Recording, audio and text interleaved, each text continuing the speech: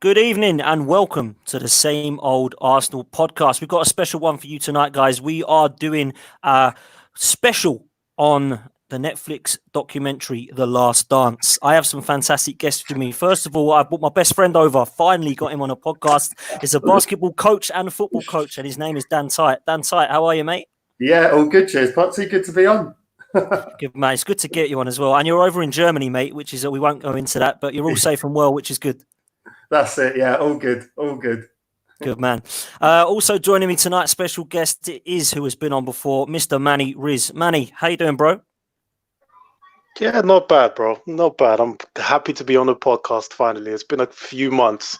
For me, man. I haven't been on one of these things in ages, so I'm excited for this one, man. I've been looking forward to it all week, bro. Good man. Well, I'm glad you can make it on, man. You're always welcome on, you know that. And of course, a guy who needs no introduction, Mr. Kevin Campbell. How you doing, Kev? I'm great, thanks, Potsy. I'm really good, mate. So listen, I'm sorry I won't be able to last a full game because I'm on another podcast type meeting thing. But listen, I'll make the most of this time. That's for sure. Absolutely. And you know what? Who has just popped up? But none other than the main man, Mr. Lee Judges. Lee, how you doing, bro? Hey, how are we doing? You all right, boys? Mate, I'll tell you what, that is fantastic timing, Lee. Good fantastic morning. Lee, you was off washing your hair again, mate. So you're a bit late. I've got a barbecue going out there because it's Michelle's birthday, yesterday. So I've had Michelle's family around today, and my mum. So if it gets a bit rowdy, that's my mum, by the way, right? So I've kept some out in the garden at the moment, So good man.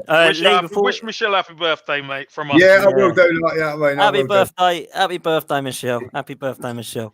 Lee, before we move on, you need to meet Dan, Tite, and Manny. I don't think you've met them both before. No, Dan. Hello, Manny. Right, you all right? All good, mate. All good. He looks good, Manny. There, is he just chilling out, or is that? Love it, man. Love it.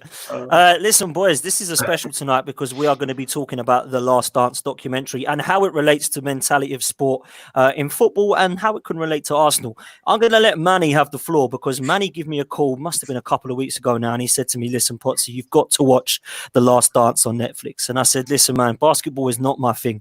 Basketball is not my sport. I don't believe that basketball is an awful sport, but it's just not really my game. I don't look at it and go, wow. He said, watch it. Trust me. Manny, over to you, man. Why did you want me to watch this so much? You know what? I was watching it. I'm not a fan of basketball either, but seeing a sort of all-access documentary and about the Bulls specifically, I wanted to see what it was all about.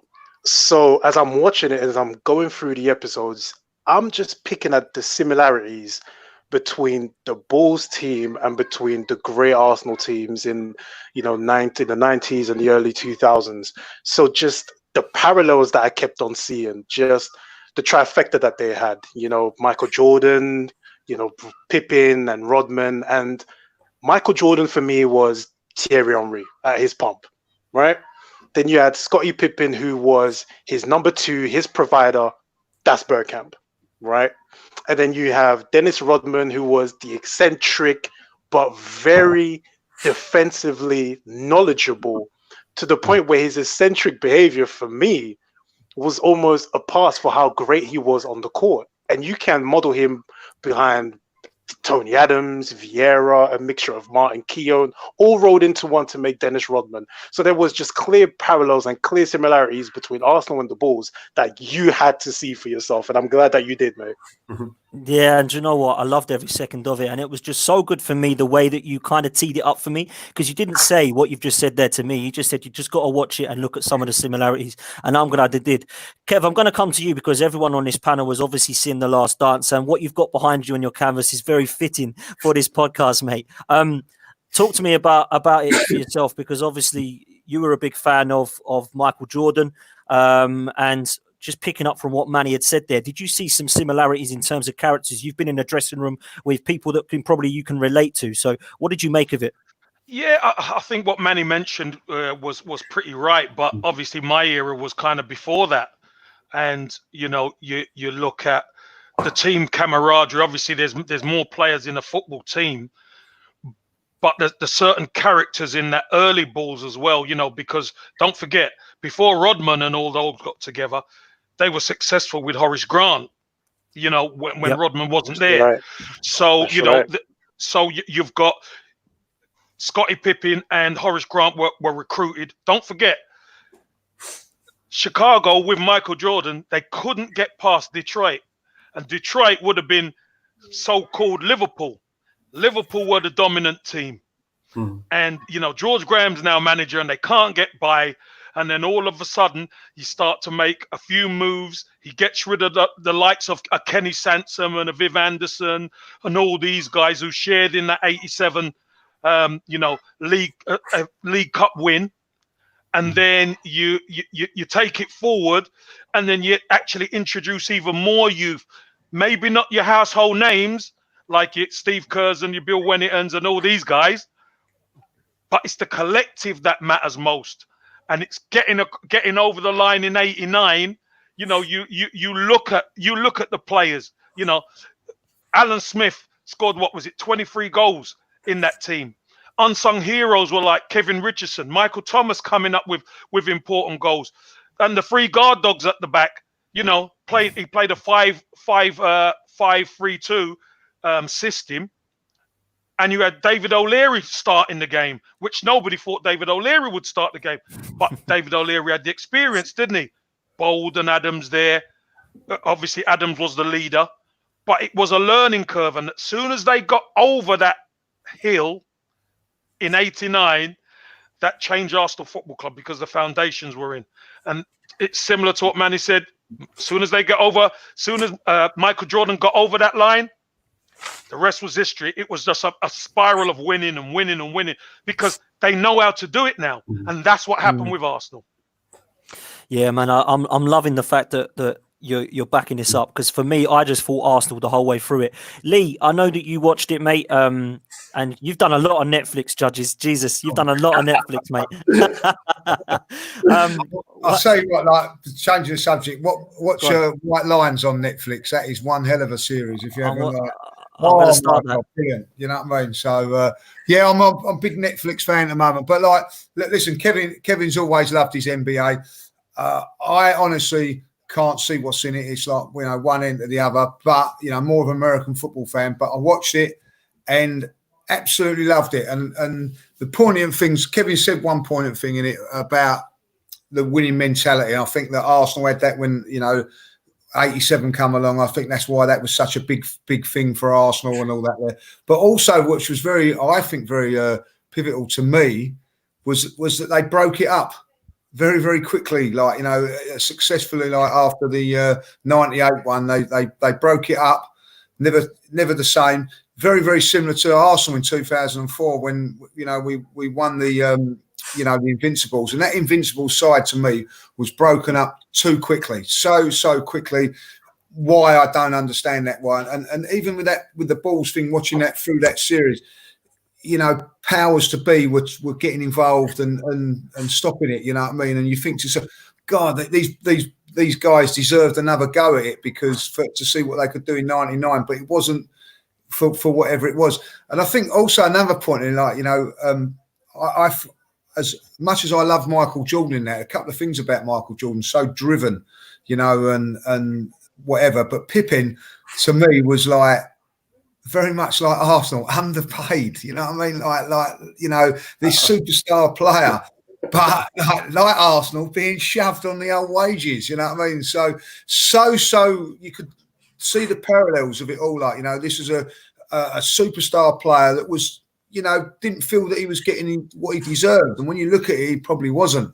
And you could look at that through the years with Arsenal as well, that the George Graham era, Kevin will tell you about that. It was hard work getting some money out of him, but that's how it was. It was, but I thought it was, when you look at Michael Jordan, how talented he was, but how driven he was. I think that was something that was unbelievable. But like like the guys, particularly I relate to in those 90s to the George Graham era. He liked a beer, liked a cigar as well. There was all of that sort of side. It wasn't like this where they are footballers now, where everything's, you know, done.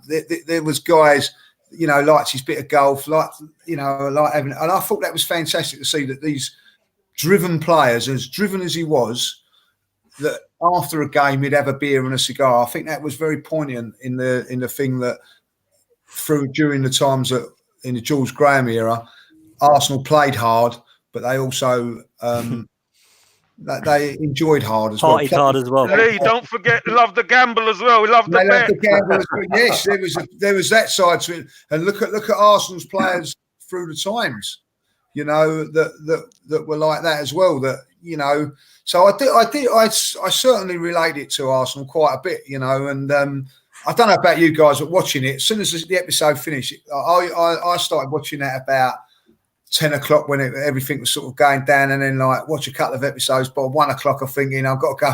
I'll have another episode because it was that good. It was brilliant.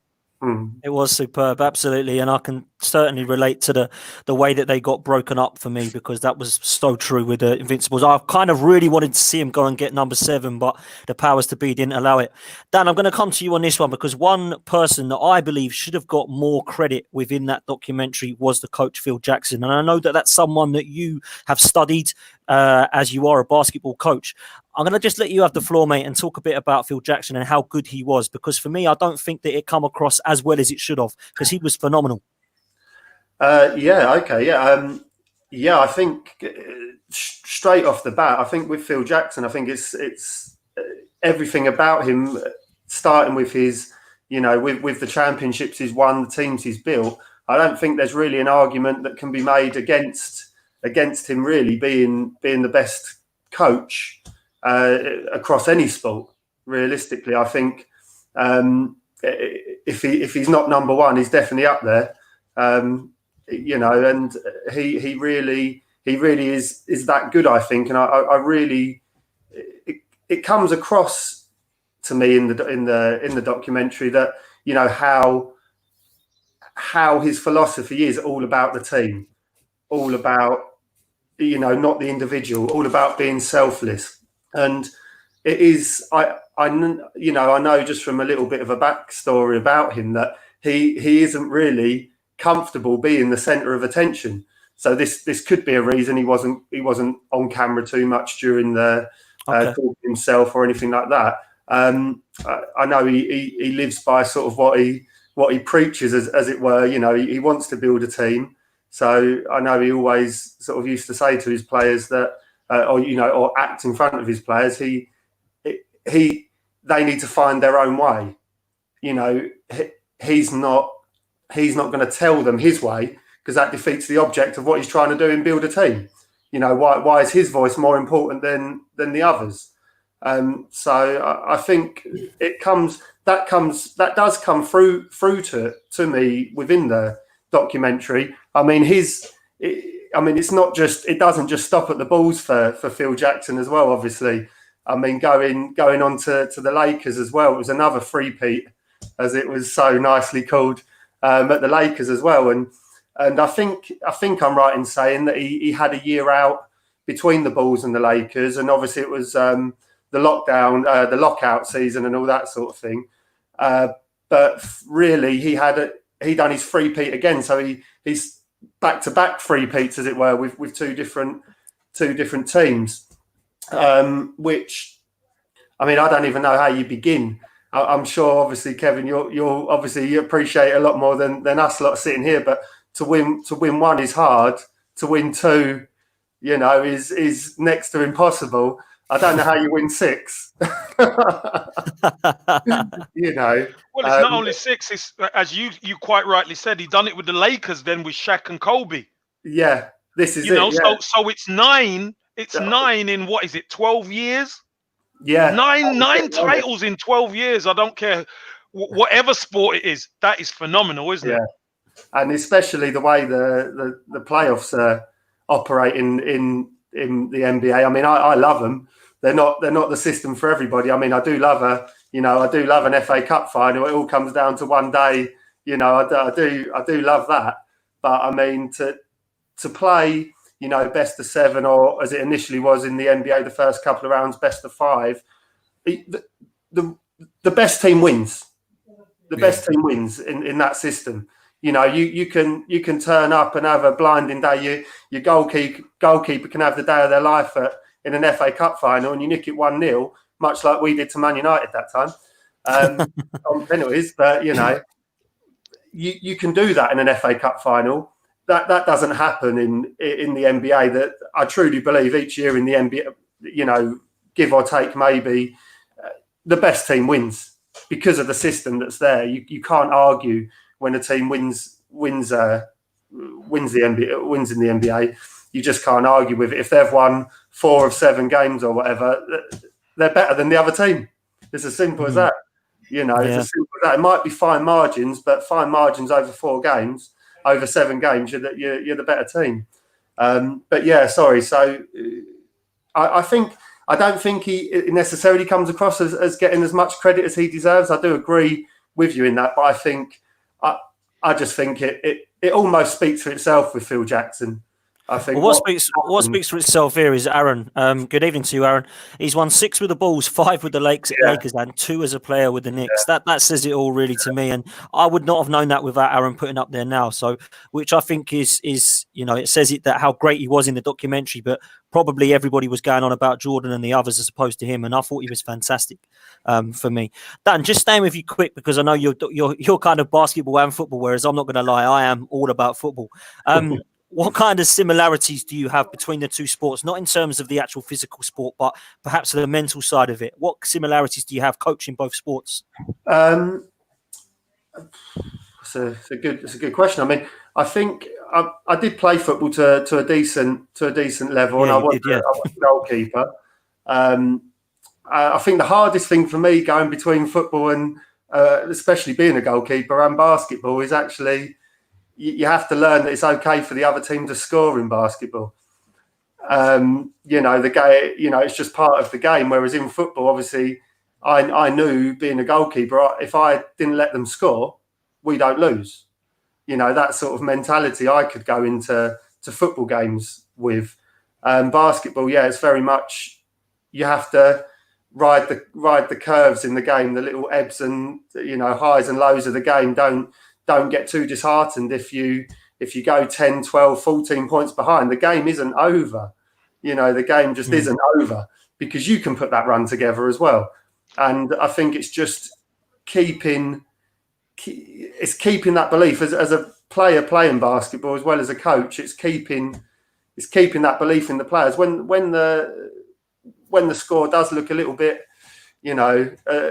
right against you.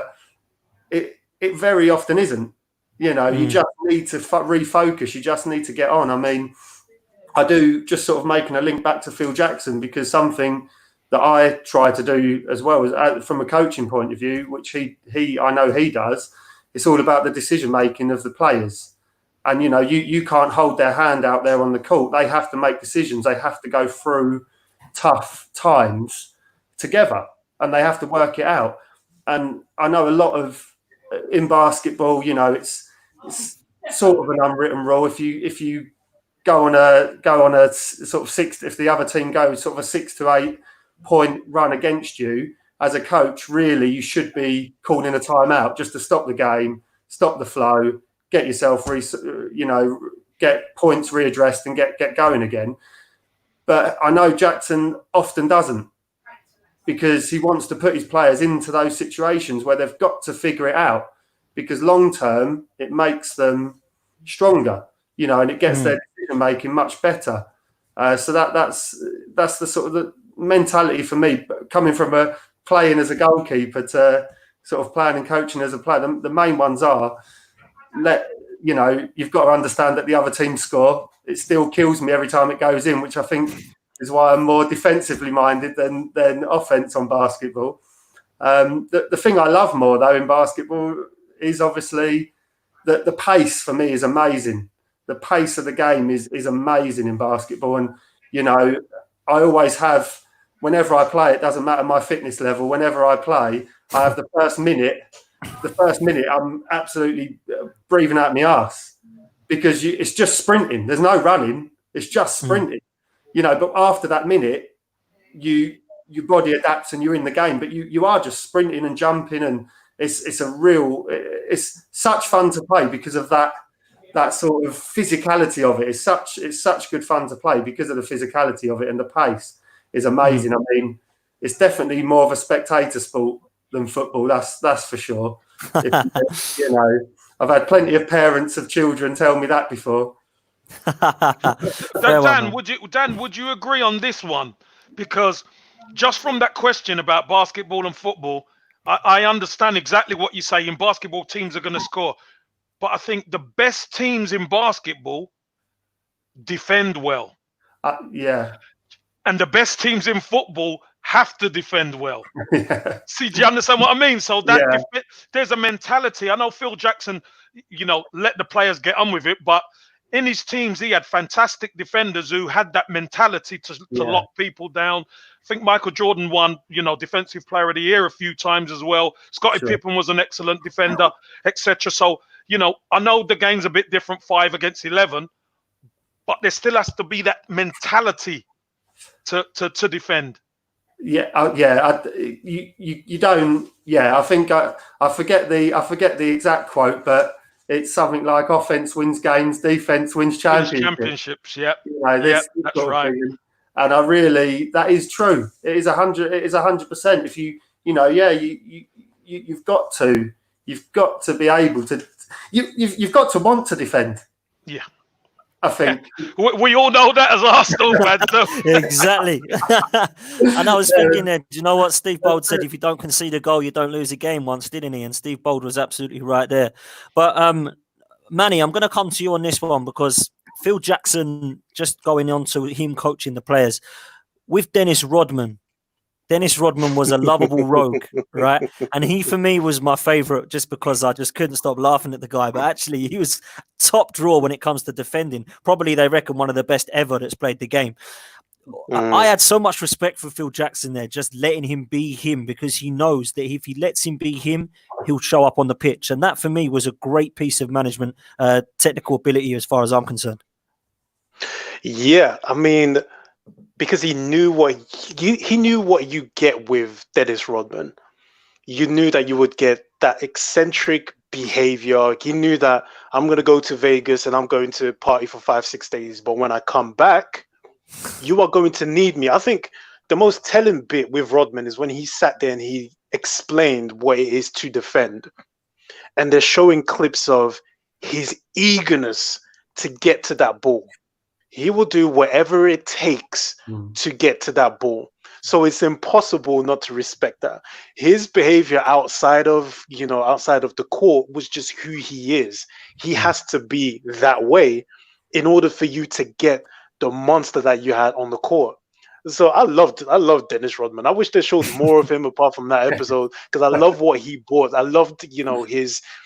When they said when he signed for the Bulls, he got invited to the Bulls owner's house, and Phil Jackson was there, and he asked him, do you want to come sign for the Bulls? At this point, Rodman was just all over the place. He was just drama upon drama, and Phil Jackson asked him, do you want to join the Bulls? And Rodman's like, I couldn't give a shit.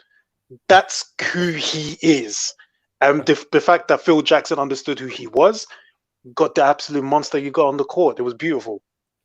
Yeah, man, I have to agree. Kev, I'm going to come to you on this one on Dennis Rodman, because you played with some fantastic characters in the dressing room with George Graham. Like, how could you relate to Dennis Rodman with some of the players that you played with? Because there must have been some lovable rogues that you were with, I'm sure. Well, after squad was like Dennis, so that's after squad was like Dennis. So, I know we laugh about it, but this is really serious, because under George Graham and everyone, George Graham's a disciplinarian and all this kind of thing. The funny thing, he never stopped the Tuesday Club, did he? No. He knew it went on and he never stopped it, because he knew the boys have to let steam off. They have to. I train them hard. We prepare hard. We study hard, the opposition. I'm demanding as a manager. So the boys have to have some respite from it. And he wasn't one for clicks. He wasn't one for, 6 go over there and 10 go over there. No, it was all of you together, and you go out and you have a blast. And that's what the Tuesday Club was. And it worked. It really worked. And everybody, has any of the old boys, they speak in glowing terms about the Tuesday Club, don't they? Yeah, absolutely, man. They really do. And I just thought it was fitting that you see Dennis Rodman and Phil Jackson together. And again, thinking of George Graham and Paul Merson, for example, somebody like that he just absolutely loved him. He loved you all. Pops. I know that, but go on, Manny. Potts, he when Dennis Rodman accepted his position in the Basketball Hall of Fame, Phil Jackson was right behind him. It was Phil Jackson who presented him with that honor. And one of the people that Rodman, thanked for his success was Phil Jackson, because he recognized that important integral part he played in him being who he was. Like Kev was saying, it is important to let off steam, and it was important. Let Dennis be who he is, because if you try to trap him, if you try to box him, you're not going to get anything out of him. And that was not an option. That was not an option. Hey, Manny, don't forget, Michael Jordan had to go to his apartment and get him up. Oh, Carmen man. Electra there. Don't worry, he didn't want to leave. He didn't want to leave.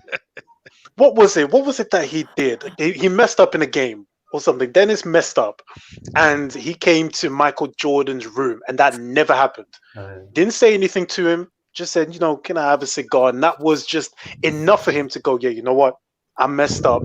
Let's go and have a good time. Let's go and win the next game. And sometimes that's all you need. I loved Dennis Rodman. I loved everything that he brought to this thing. I must admit, I did as well. He was by far my favourite. Judges, I've got to come to you on this, because Dennis Rodman was previously at the Detroit Rapids. And when I watched them play, straight away I thought, Crazy Gang Wimbledon, Stoke under Tony Pulis, any Northern team that Arsenal could not beat throughout that 10-year period. Did you relate to that, Lee? Well, the Pistons were like Stoke, Man United, Wimbledon, all wrapped up in one, weren't they? With a bit of Millwall chucked in, mate. With a bit of Millwall chucked in as well. Yeah, Millwall chucked in, everything chucked in. They was, but they had Thomas, who was the top player. What I've seen of him through this documentary and little things that have been on BT Sport. But one of the greatest, they was like at that time, the Pistons were the rivals.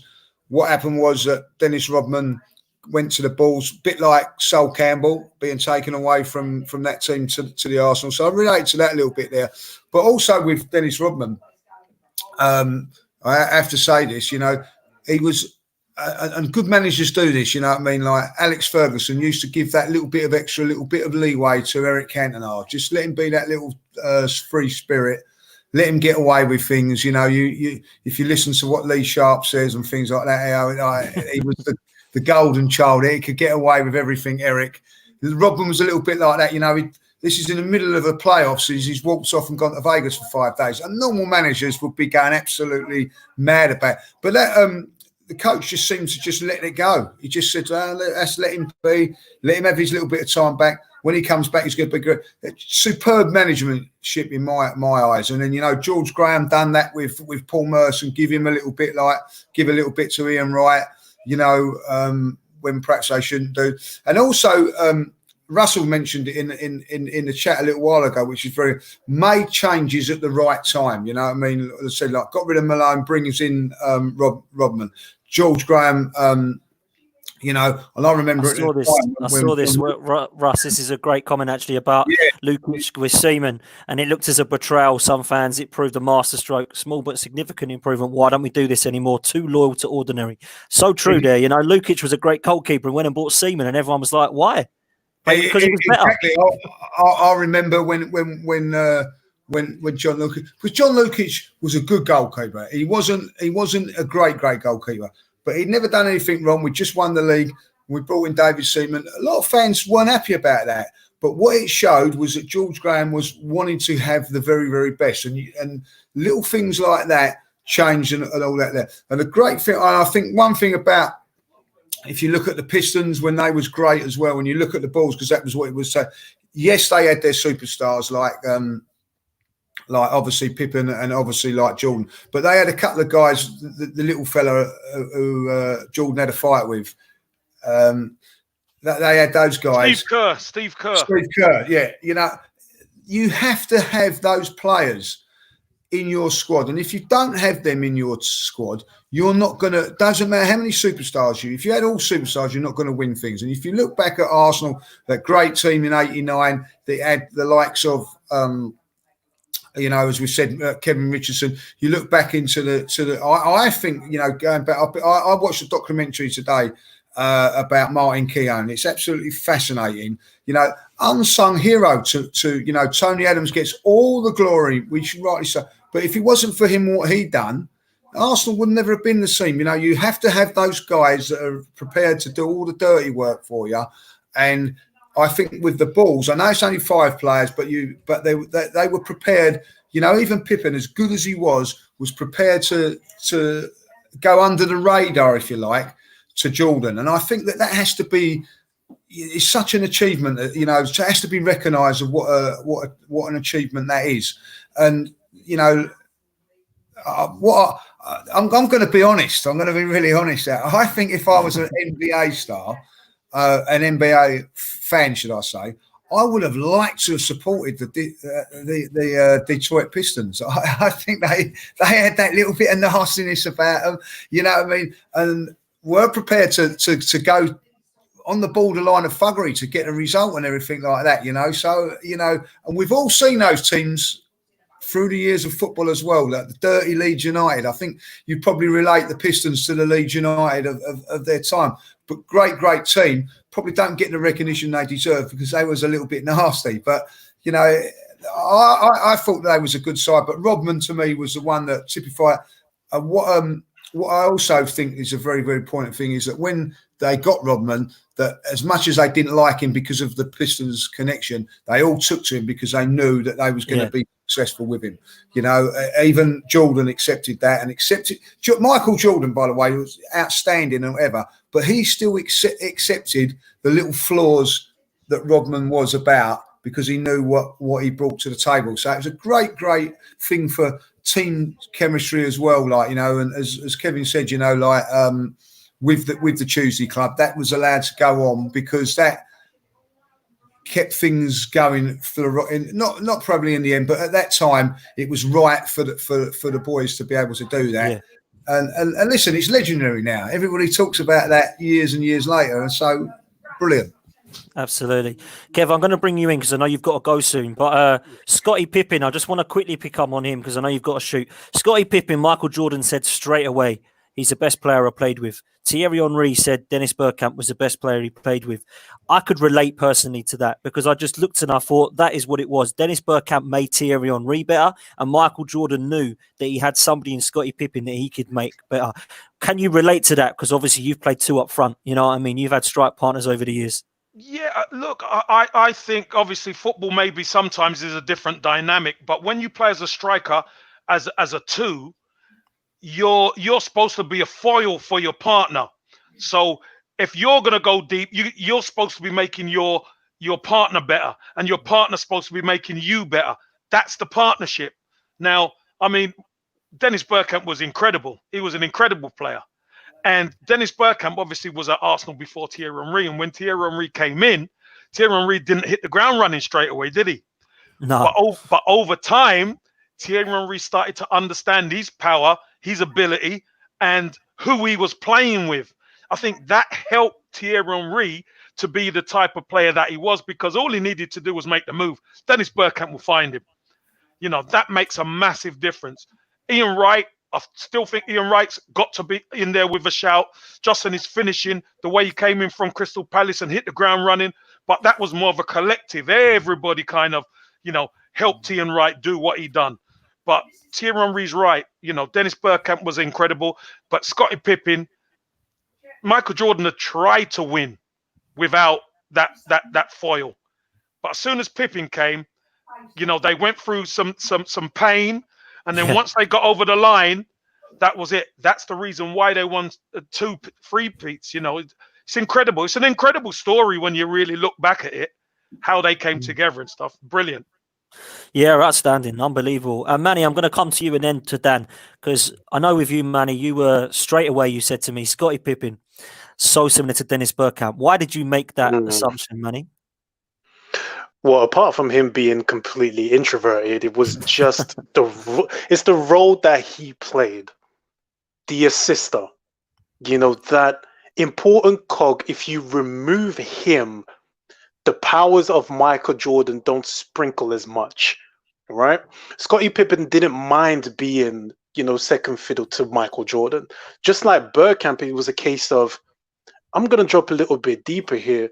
You guys make the runs. I will find you. Dennis Bergkamp didn't just make Thierry Henry better. He made everybody who played around him better because he knew what was going to happen as soon as he had that ball. Scottie Pippen was the same. Scottie Pippen was a nice guy that you can talk to. You know, when Jordan went to play baseball and Pippen was the main guy, everybody said, Pippen, you can go and you can speak to him. I feel like maybe Dennis was that guy, but Pippen had a nasty streak to him, just like Dennis had it. You heard about it a few times. It's just too similar not to go, yeah, this is like Arsenal of old. Do you know what I mean? Yeah, man, I must admit, I did look at that and I thought to myself, yeah, Dennis Bergkamp all over. Dan, I'm going to come to you on that point, and I'm going to put this question into the chat here from Aaron again, who has said, who is the current MJ and Scottie Pippen in our squad? He's put forward Lacazette and Aubameyang. Wow. I don't think we've got any personally. No, we don't. I'm not sure you can put any on that same sort of level, really. I mean, obviously, Aubameyang does get it done. You can't really knock him for turning up on the pitch and scoring goals. But yeah, I don't know. That's a bit of a question, really, because there's definitely people who it should be. The reputation they have. We'll come on to that, mate. We'll come on to that, mate. Trust me. It's definitely people it should be. Can I just pick up on one more thing, Dan? Because I was comparing people. Of course, mate. Something that come to me was maybe a comparison between Steve Kerr and Mikel Arteta now. Okay. Steve Kerr's gone on now coaching the Golden State Warriors for a handful of years. Been very successful so far in his early coaching career. The main thing I think, though, why it sort of jumped out to me is the sort of journeys into their coaching career. Steve Kerr, obviously played under Phil Jackson, and he also played under Greg Popovich. Was with Greg Popovich as well, another big name in NBA coaching and all of this. And obviously Arteta has played under Arsene Wenger.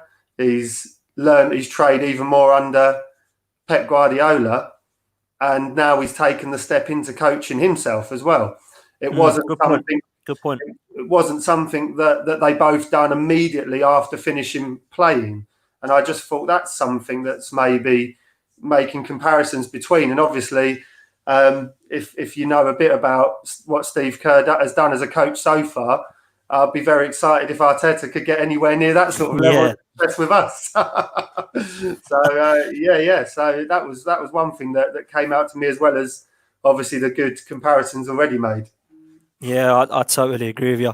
KC, before you go, Michael Jordan, I know you've got to shoot literally any minute, but Michael Jordan, just quickly, sum up what you thought was his strengths, because there's so many, but what was it that made Michael Jordan for you? I just think he had not only his talent, he was charismatic and, handsome and all that kind of good stuff. His will to win outshines everything else. He was a winner. He wanted to win. And you heard, he wanted to win at cards. He wanted to win at tiddlywinks. He wanted to win at golf. He's just a winner. And, even coming in as a kid, it was, I want to play and I want to win. That's what I do. That is, as a franchise, I want our franchise or our club to play to win. And that is the most apparent thing to me about Michael Jordan. He was just a winner, and everybody loves a winner, especially if he's got the talent that Michael Jordan's got. you know. So that winning mentality is something that I relate to because I've been a part of a winning mentality like that. And, you know, I know we haven't got it at the moment, and that's what Arteta's trying to get back. Yeah, absolutely, man. Kev, we'll let you shoot, man, because I know you've got to get onto your other popular man in demand, mate. But listen, as ever, thank you so much for coming on, man. It's been an absolute pleasure to talk to you about Arsenal again and a bit about basketball as well. So thanks for coming on, mate. No problem. Thanks, guys. I'll see you later. Take care. See you, Manny. See you, Dan. See you, Dan. See you, Lee. Cheers. All right. Cheers, Bye. Kev. Take care, mate.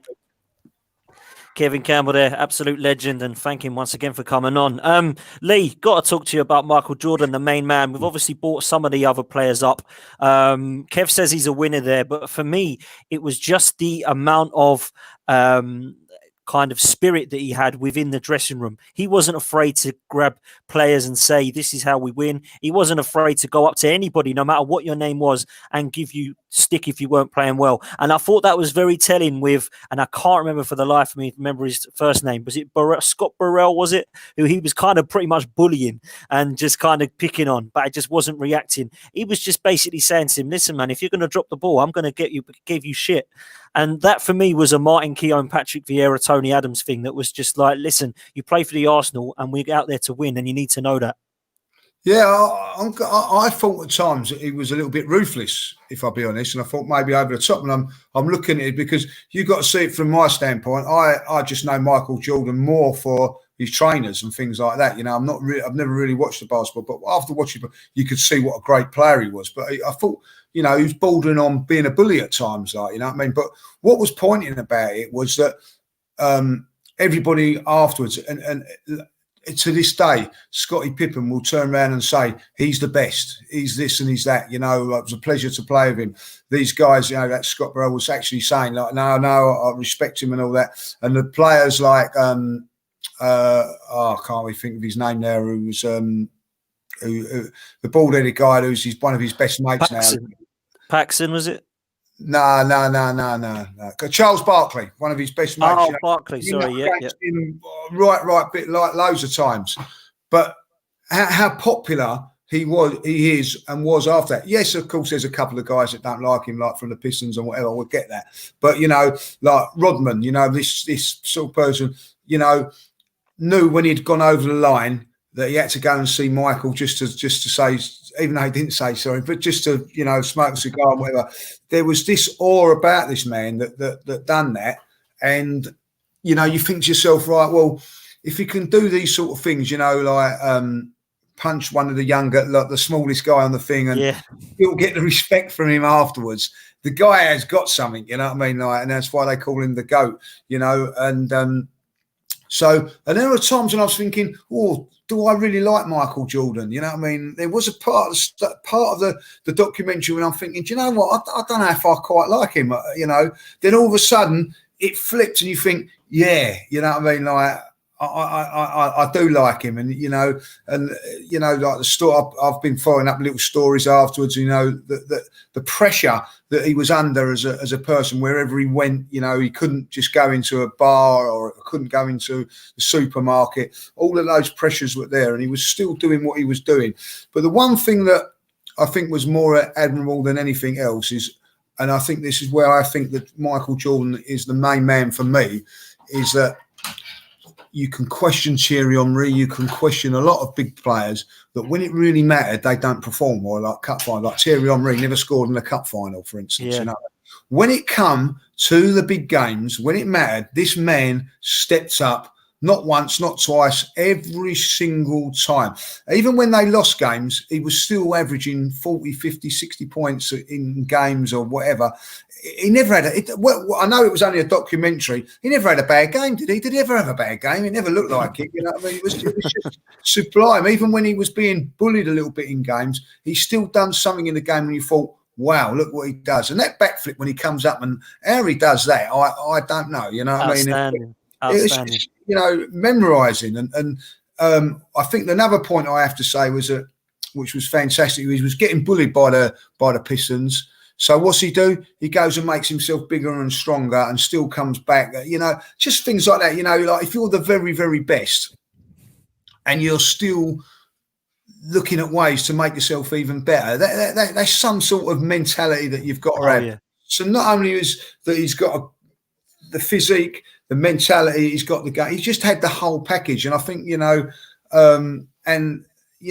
like when he wore his old trainers to the game, when unbelievable, wasn't it? Brilliant. Blisters and all that, he people would have said, "No, I'm taking those trainers off." No, he went through it and still had a memorising game in trainers that were 20 years older than what they should have been. Just a magnificent person, and whether he plays basketball, cricket, or American football, it's just a one-off, and for everybody to say how good he was, who played for him, and you're going to upset people, but for instance, like Scottie Pippen could have come out and said a few, I've been in your shadow a little bit. No, he's not the best. He could have said LeBron was the better player now. He's still stuck with his man. Still said, no, it's Jordan. And I think that, that's because Jordan was the man. Yeah, listen, I've got to agree. That's a really nice segue for me to speak to Manny. And Manny, I'm going to let you have the floor for a bit, man, because I know you want to talk about this, and we have been talking about it for a while. I'm going to put this question to start with, man, and I don't want you to answer this, but I just want you to consider it in your answer in comparing what Michael Jordan and mentality means in relation to Arsenal and what we don't see. Do you think that there are any players in the current Arsenal squad that play as individuals rather than team players? I just want you to have a bit of a thought in your brain about what that might mean. Michael Jordan, man, I'll let you talk a bit about him first, and then I just want you to bring up some of the mentality stuff that he had that perhaps we don't see in some of these current crop of players. What was one of the quotes that he said? That there's no I in team, but there's I in win. Yeah, man. Right? So Michael Jordan will sit there and he will formulate scenarios in his brain to motivate him for the next game. That kid, I can't remember the kid's name, who scored 37 points in that game. And Michael Jordan in his mind formulated that the guy came up to him and said, good game, but he didn't. And Michael Jordan the next game made it his mission to outscore the guy in the first half. Right? So it's things like this. And it's, when former teammates were over celebrating, when he would be playing cards with his, with friends and whatnot. And he said, I'm going to do this the next game. And every time he's scoring a basket, he's pointing to that person. Whenever somebody says anything about Michael Jordan, he will respond, because you don't say nothing about me without me getting the last word.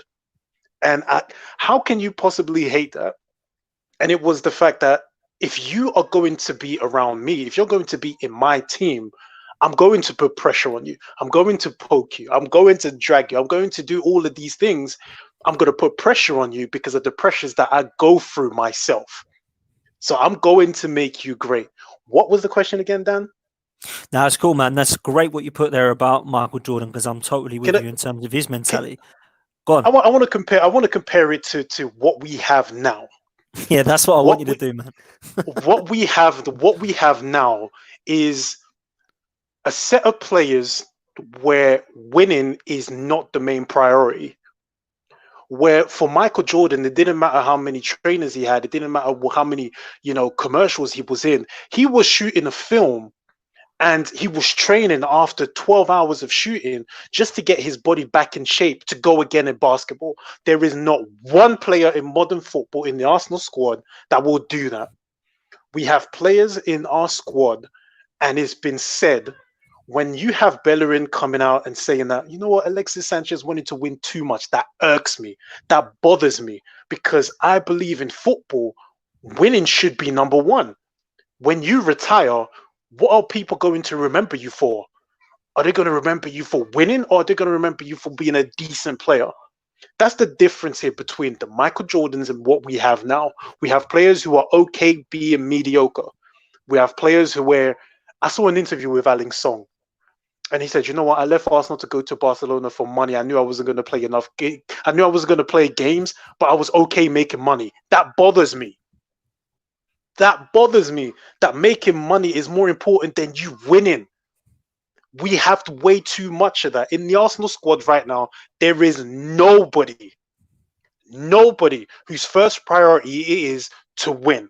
You cannot tell me that, because if that was the case, the opportunities that we have had in the last year to do something different, the Europa League, top 4 finish. When we beat United last season, before the international break. I came on podcast and I said, what we've done up until now will not matter if we don't finish it. If we don't qualify for the Champions League, everything we've done won't matter. What happened? And it happens over and over and over again, because them not winning the Europa League and them not getting top 4, it's fine. It's okay for them. You know, that bothers me, Potts. I can't stand that. I can't stand a group of players where winning is it's okay to lose. Czech said it. Chelsea that would lose games, it would be like a national day or mourning. At Arsenal, it's fine. Cesc Fabregas said it. So this is a mentality that's been rife for years, where losing is okay, where the players don't challenge themselves. They don't challenge each other. There was an interview with Laura that came out just a few days ago where he said Thierry would fight with Vieira. Vieira would fight with Keown. Keown would fight with everybody. Freddie would fight with this guy and that guy. And Pat Rice had to come in the middle of them. But what happened on the pitch? Those guys won. They didn't mind challenging each other. They challenged each other because they knew that they were going to win. There is not one player in that current squad that will challenge anybody to do anything, because winning is not important to those guys. You cannot tell me any different. Wow, I think that's a great point. I can't see that. This is why I love you on a podcast, Manny, and I've missed you, because this is just from the heart, mate. True passion, passionate, insightful. But I'm going to stay with you because I've got one more thing I want to say that I know you want to talk about, Manny. And that is we have somebody in our team who is technically gifted. Probably one of the most technically gifted that we have got, that we've probably had, some would argue, in the last 10, 15 years. But the attitude of this guy is nothing in comparison to somebody like Michael Jordan or somebody like Ronaldo as in R9 or Cristiano Ronaldo. And his name is Mesut Özil. Oh, this is what frustrates us too. And I want you to take Mike and go for it, because I know that you've got a lot to say about this guy. I can't stand him. I can't stand him. I can't stand him. I don't care what. There is not enough stats. There's not enough to make.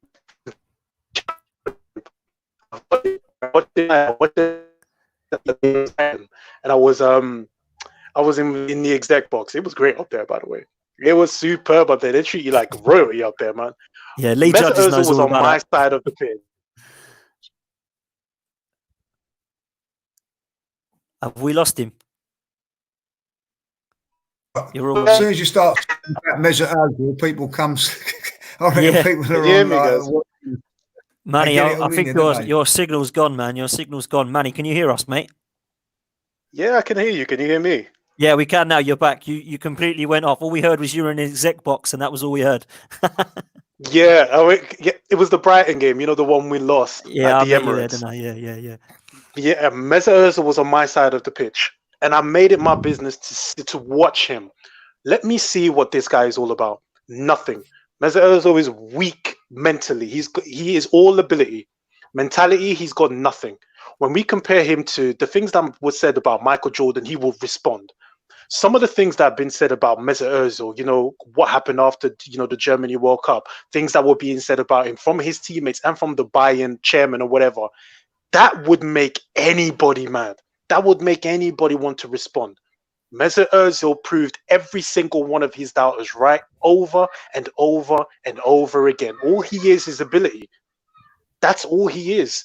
But what is ability without hard work? It's nothing.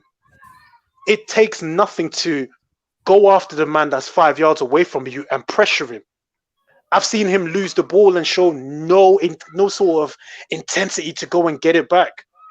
I've seen him run one game in 2 years, and that was against Leicester.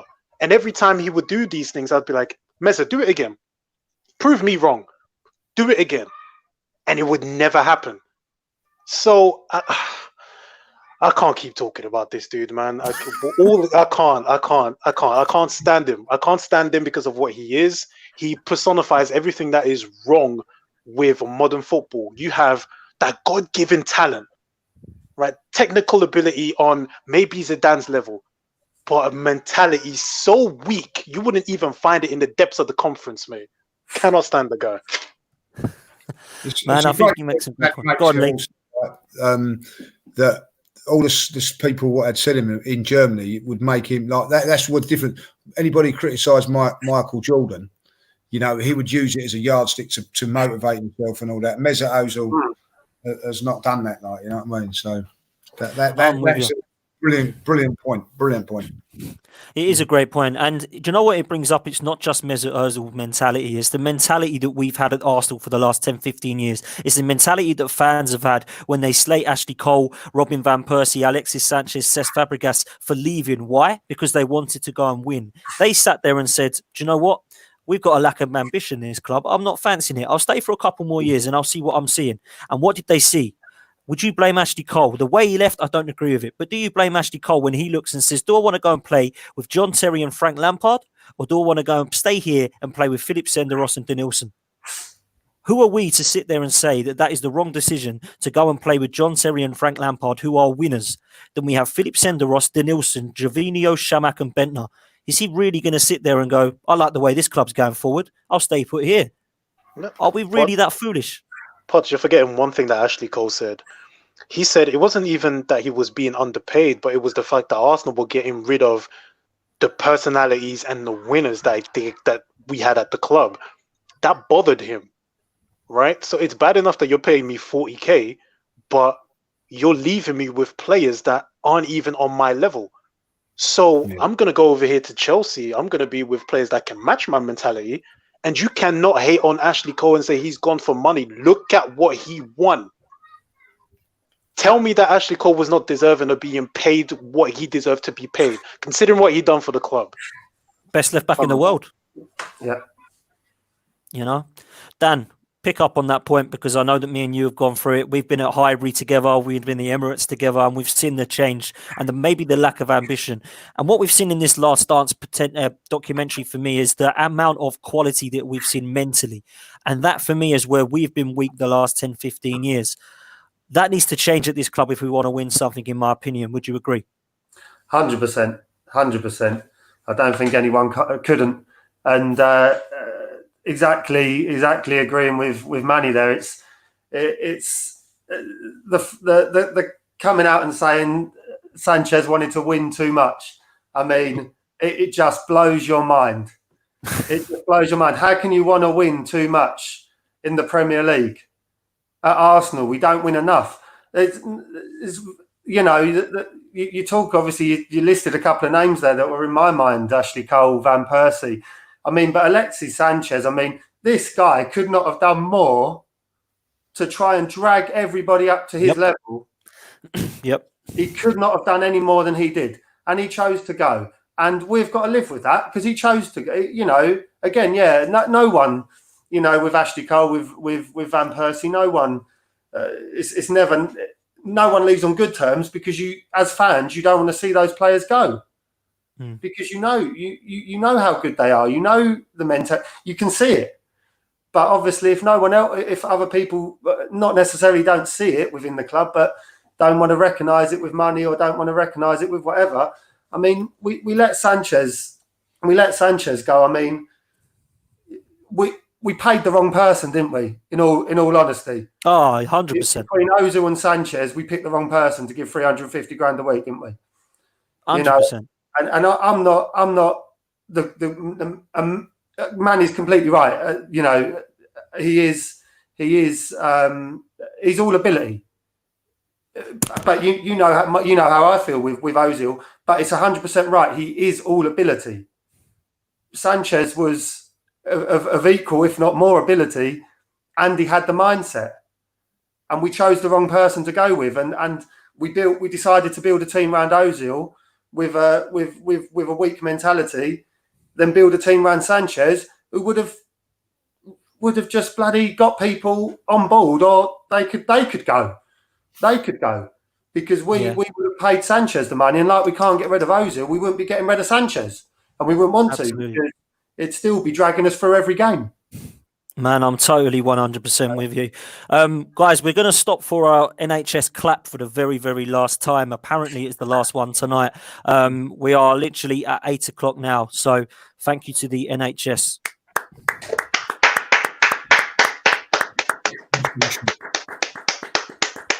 No worries, Lee.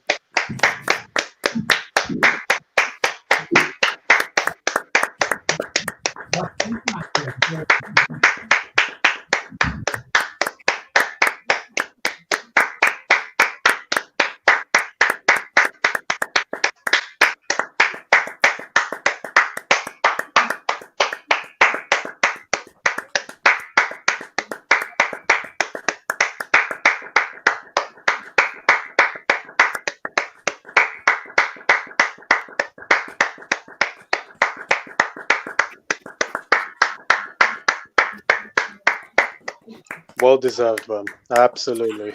Well deserved indeed. Absolutely. Well deserved indeed. Absolutely, bro.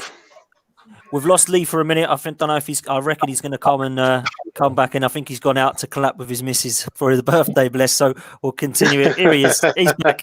He's back. Listen, guys, I'm going to have to shoot off, mate. Is that okay, like, yeah? Of course it is, Lee. You do what you need to do, bro. Thanks a lot, mate. Thanks for coming on. Again, lovely to see you. Good luck to everybody. Everybody stay safe. And You too, man. Absolute pleasure.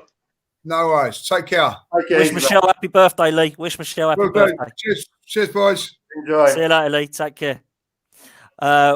Boys, we are going to get a couple more things spoken about because I think it's important.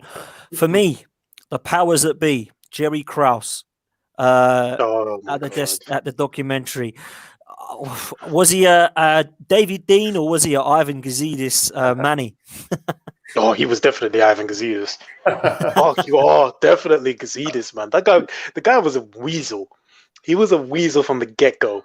All right, he didn't understand. I don't think he fully grasped what he had. The massive difference between Krause and Gazidis is Krause was actually successful. Mhm. You know, Gazidis has nothing to show for anything that he's done. Isn't he messing up Milan right now? Yeah, Isn't he? big time, In charge of a complete shit show over there. So listen, those two are similar in the way that they've, conducted themselves, but at least Jerry Krause was successful. I wanted to bring up one more point in terms of this whole mentality thing, right? And we were saying like what Michael Jordan would do when somebody would talk about him. In the years where we were struggling at the Emirates, there's one player I wished we would have smacked in the mouth, and that was Patrice Evra. Yeah. All right. I wish somebody would have just smacked him in the mouth because he was just, consistently just poking, and we always proved him right. Mm-hmm. I wish that we had players at the time that would just smack him. Even in retirement, he's still talking.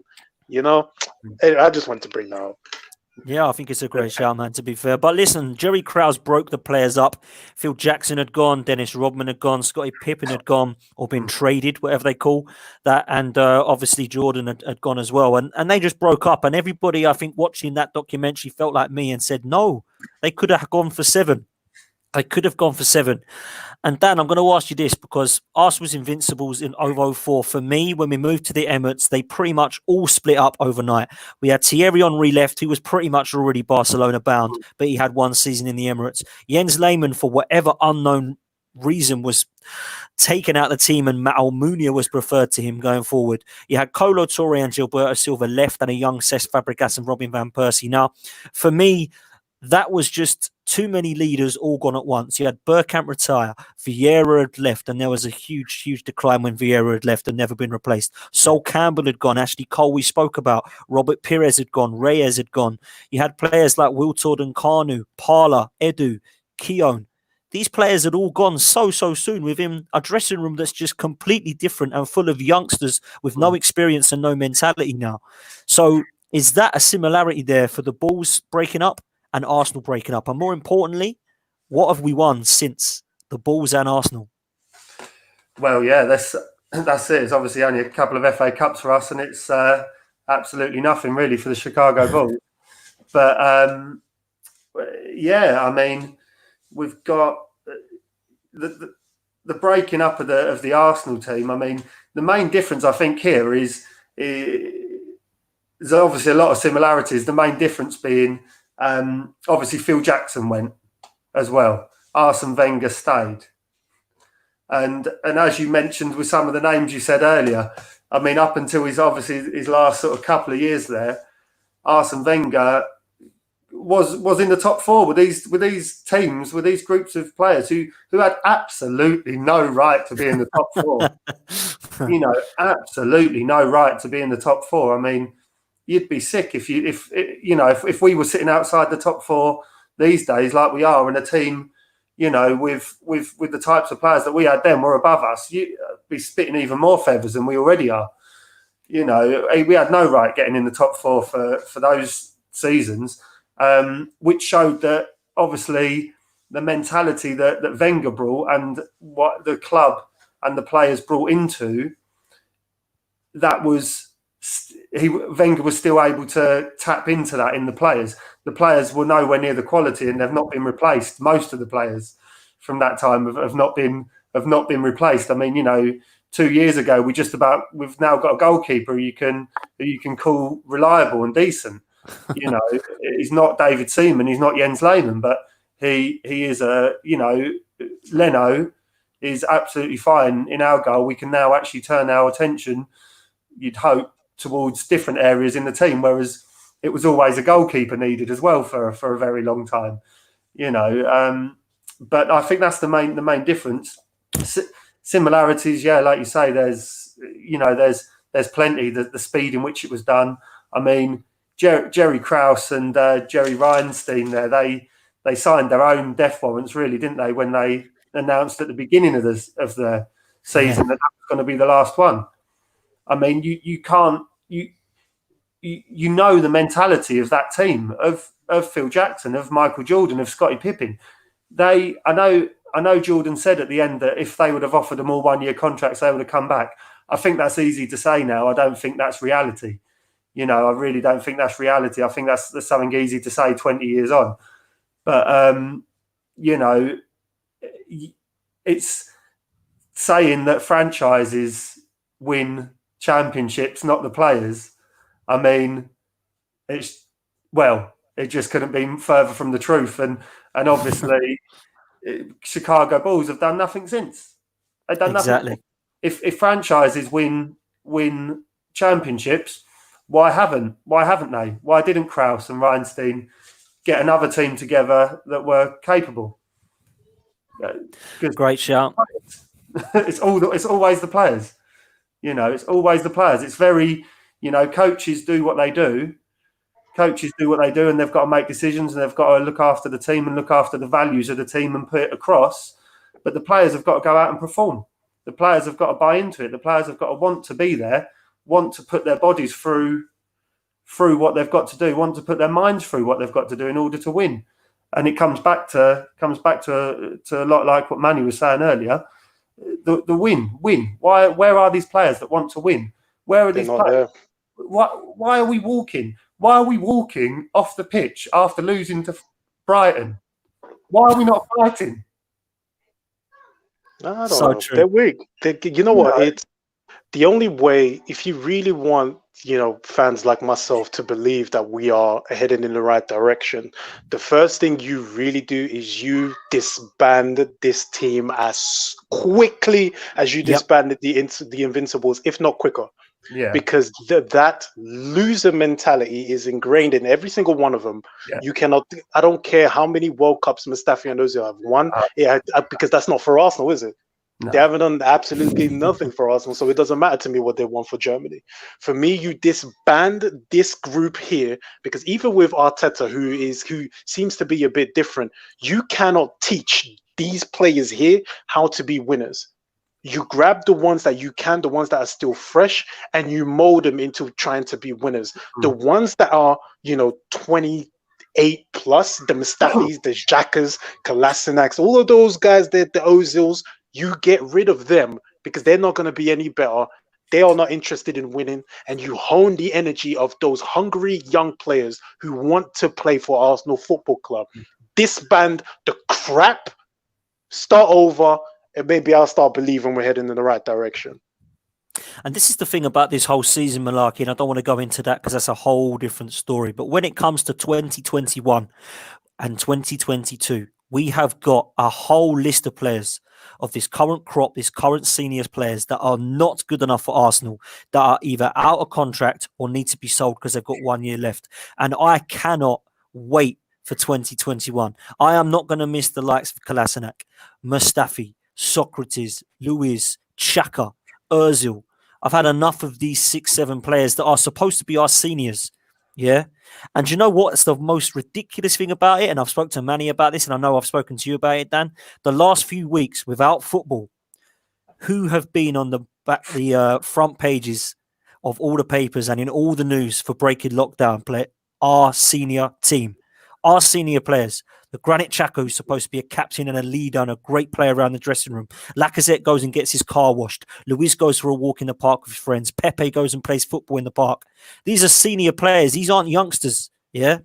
Meanwhile, you've got Gabriel Martinelli and Bukayo Saka in their back garden, sprinting and beasting themselves in their back garden with the right mentality. They're the ones that we need to mould our team around. I'm done with these senior players. You grab those guys, you grab the Sakas, you grab the Martinellis, you grab Guendouzi, even though he needs to grow up a little bit, but he has the right sort of energy. You know, we've seen him, try to drag the team through a couple of times. He shouldn't be doing that. But you want to grab and you want to harness that energy that those guys have, and you build around them and you get rid of the rest. That's how you start over, man. And I can't wait for that, bro. I can't wait. I can't even, man. Just one thing to kind of wrap on. Tomorrow marks a year since we lost to Chelsea in the Europa League final. Question, nothing has changed yet. I think it's a great point from Aaron there. And one thing I just want to touch on is you look at Lucas Torreira, how ripped he's been in terms of his training regime at home. Martinelli I've talked about, Saka I've touched on. Then you look at Lacazette, who gets caught blowing into and inhaling into a balloon, right? That to me just shows the mentality of the senior players to the young players. And it's been a year on since Baku, which for me is the worst final I'm ever going to see Arsenal compete in. It was just the worst half of football I've ever seen. Yeah. Mentality. We're talking about it. Manny, a year on, 1 year on from that disgusting final that we were in last season. And what has changed with this crop of current players, mate? Their hairstyles. That's it. That's it. Yeah. It hasn't, pissed them off that they got embarrassed. It hasn't, lit a fire underneath their asses. All we've heard is excuses, and I didn't understand Emery and this, that, and the other. And for me, that final should have been such an insult that you would want to right that wrong. So nothing has changed. Like I said, they were fine losing 4-1.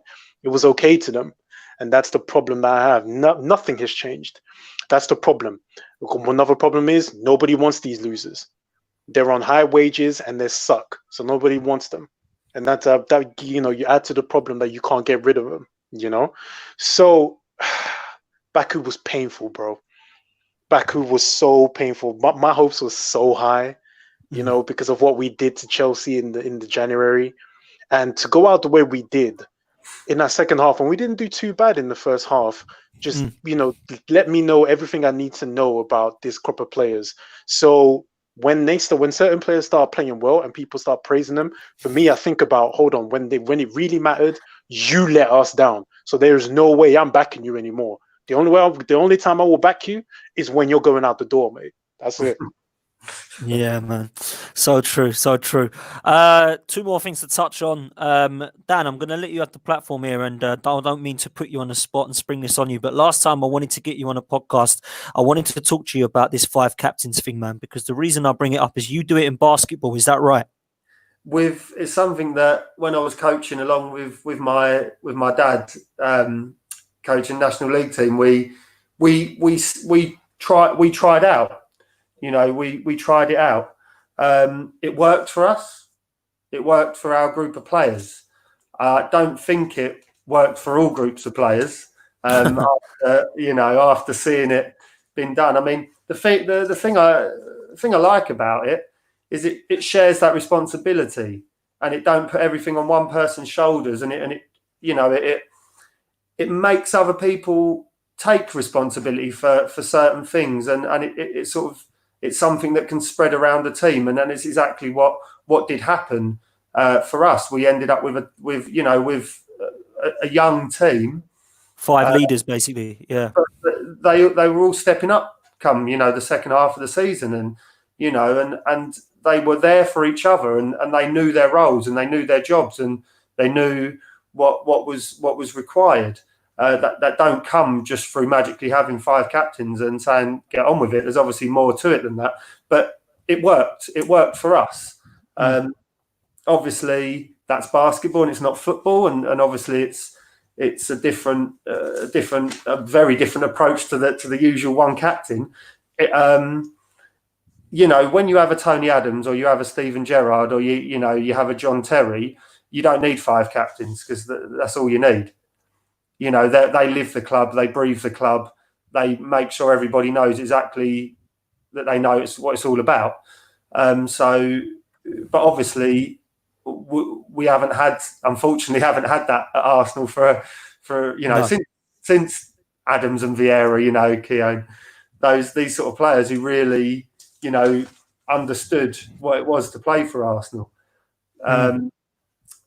So it's something that was obviously worth trying, and in the initial period, I thought with Emery that it maybe looked like it was something that could work, but obviously it didn't.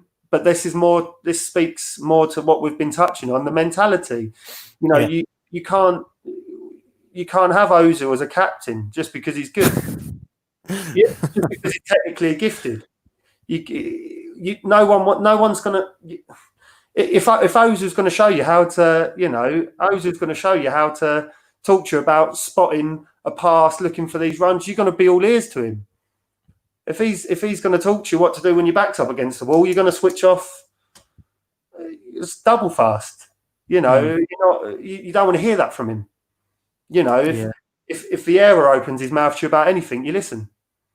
And the same with Michael Jordan there. If he opens his mouth to you about anything, you listen. Yeah, I'm with you, man. It's so true, so true. And we see that with Martin Keown, and Lee was talking about. Manny was talking about putting one on Patrice Evra. You saw people that were doing that within, and giving people a slap and what have you. The last thing I wanted to talk about, Chips has stepped down. So Chips Keswick has stepped down.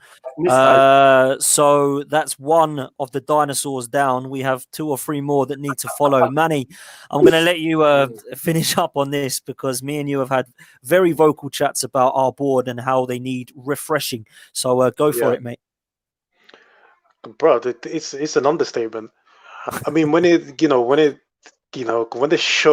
saw the board for the first time, it made sense as to why we are so analog in the way we do things. These guys are out of touch. Sir Chips Keswick finally retiring. Cool, you can go back to horse racing now, mate. Because football was not his thing. He said that. But that board is old. It is dusty. It needs refreshing. It needs people up there who are in touch with modern football. And currently, we don't have that. The likelihood of that happening is slim, considering who the owner is. But Chip Keswick leaving, bruv, I'm not going to lose sleep over it. Is it a step in the right direction into us refreshing our board? I don't fully believe it is. I think it's just going to be business as usual at Arsenal until we see some dramatic changes, man. So it's good to see Chips go, but I think the status quo remains. What do you think that the dramatic changes need to be, though, Manny, in order for us to move forward? I can't say that. Okay, I'm gonna be diplomatic. Stan Kroenke leaving. That's the dramatic change right there. Stan Kroenke leaving and being replaced with somebody who actually wants to see Arsenal at the top and not see Arsenal as, you guys don't win, but it's fine. That mentality of, it's, us not winning and us not challenging. Josh can say wherever he likes. Facts are facts. Words mean nothing. Your actions have shown that you are not interested in winning. Not one bit.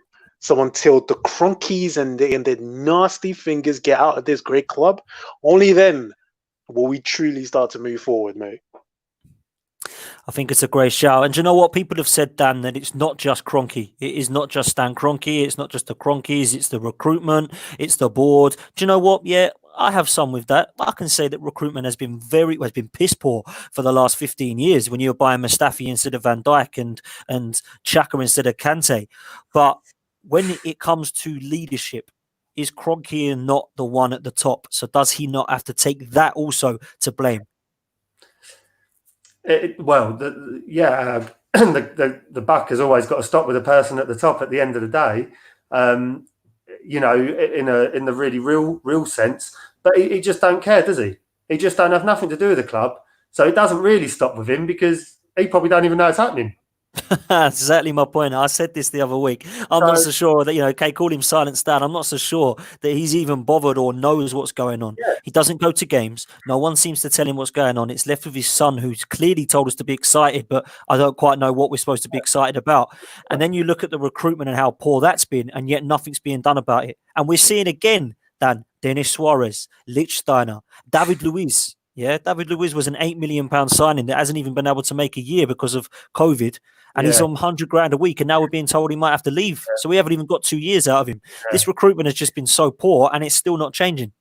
There is a whole list like you've just rattled through there. I mean, the bottom end of the day, what it comes down to for me is obviously I've already touched on it, but it is this, especially amongst the playing staff as well, the players, and obviously it sort of catches on with it's infectious. Is this mentality that we keep coming back to, and I just hate this blame culture that seems to be amongst a lot of the players and others. It can be your fault sometimes. It's not always someone else's fault. I mean, The person who drives me the most insane with that is Mustafi. He drives me insane. He's always on his ass. He's always on the floor. It's always someone else's fault. No, mate, you're on the floor. You got skinned. You fell over. You left the ball, let it bounce. Don't you dare look at someone else. Don't you dare look at someone else. So true. But the problem is, he's a senior player. Other youngsters are seeing that, and I'm not saying they're thinking it's the right thing to do. They're old enough, the younger players. That is worrying. It's just that culture. It can creep in at any time, and it's there, and they just need. This is it. This is why I don't mind when Guendouzi gets booked. I don't mind when he drags someone back. Tries to rip someone's shirt off. I don't care. Do it, please. Show us that you want to win. Someone put the ball through your legs, and he's just jumped on him. Good. I mean, going forward. The Zaha tackle, the Zaha clothesline was the best. But going forward, learn to be better. Yeah, you're a young player. Learn to be better. You can't do that always. But he was like, "You're just not scoring, mate. I'm just not having it. And if I need to take one for the team, I'll take one for the team." I mean, did he only get? I don't know if I remember that. It was yellow, yeah. Didn't he? He only got booked, so it worked out for him on that time, didn't it? Yeah, but, exactly. Just the players just need to stop blaming each other. Whatever happens in the transfer windows, whatever happens with whatever else, just go out, play football. Don't blame anybody else. Just get on the pitch, do the business, and want to win a game of football. And feel as hurt as the fans if you don't. Feel as hurt as the fans if you don't. Leno made that mistake against Chelsea, wasn't it? One mistake he'd made all season, everyone got on him. Yeah. He was almost in tears with that mistake. That's what I want to see. Yep. Because it matters. It matters to him. He cares. Yeah. It matters to him. The clothesline from Guendouzi, it matters to him. Martinelli getting a bit aggro when he got taken or didn't get put on a couple of times. Because you should be on that pitch. This is it. These are the players, and there's a few there. There's a few there that we've got, and it's not as easy. I understand as just saying, well, you need to just sack off 20 players and bring in 20 others. You can't just do that. But Mustafi is the prime one for me, and I've said it to you before, Dan. Pay him to stay at home. I don't want him training with no one. I know you hate him, mate, and I do too. Till his contract runs out, pay him and tell him just to sit on his arse at home or get a new club if he wants to play football. Don't want you with the reserves. Don't want you with the under-18s. And you can kiss goodbye to ever playing for the first team again because you are shocking. Absolutely shocking. Waste of space. Absolute waste of space, the geezer. I can't say I disagree with anything you've said, man. I can't say I disagree with anything you've said. The last thing I want to touch on before we wrap up is, because everyone's kind of half talking about it in the chat, so we may as well mention it. Football is back on the 19th or 17th of June. Can't remember what it was now. 17th of June, and we have got Man City. No fans allowed at games. The season looks like they are trying to finish it.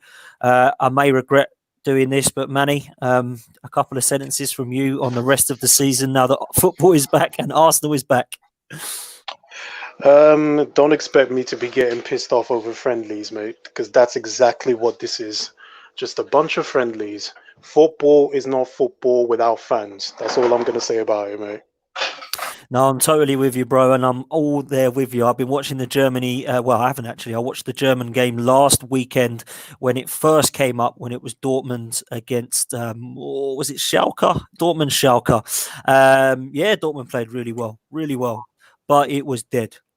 I've tapped out. If that's what football's going to be for me, without fans, I've tapped out for the rest of the season. And it may be pessimistic, seeing as we're on this podcast. And yeah, we'll be running podcasts, we'll be talking about football, but football for me is done for this season.